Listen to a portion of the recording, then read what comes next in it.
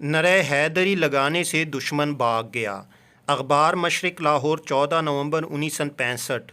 ہندوستان اور پاکستان کی جنگ کے دوران کا حال میجر محمد حسین ملک ستارہ جرأت نے بیان کرتے ہوئے ایک دلچسپ اور ایمان افروز واقعہ بتایا کہ ایک بار ان کی فوج کا دستہ دشمن کے ٹینکوں کے درمیان گر گیا۔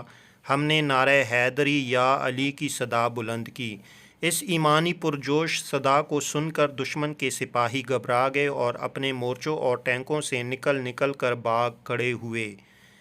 اس وقت ہمارے ساتھیوں نے بھاگتے ہوئے بہت سے دشمن کے سپاہیوں کو گولی کا نشانہ بنا دیا۔